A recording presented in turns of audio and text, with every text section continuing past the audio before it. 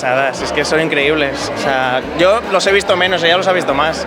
Sí, pero yo en vivo no los había visto nunca, siempre en la televisión, y son espectaculares. Picasen, que estuvieron un año y me gustó mucho, y ahora al saber que venían a Valencia he venido otra vez, pero es que es lo máximo. Pues una pasada, ¿qué quieres que te diga? Espectacular, espectacular. De hace mucho tiempo que no me ría tanto, vamos. Bueno, ya hace... ¿Cuántos meses tenemos las entradas? Pues por lo menos 5 meses.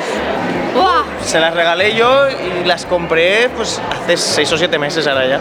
Sí. Imagínate. Si no, no lo hubiéramos conseguido. Porque se llena enseguida, es una locura. Es que siempre que había venido a Valencia nunca habíamos podido porque siempre estaba todo lleno. Pues yo qué sé, un 10. Yo 10. Sí, Nos bien. hemos reído muchísimo. Que además, mucho rato, todo el rato sin parar de reír, se nos ha hecho corto, súper chulo. Si hay un 11, vamos.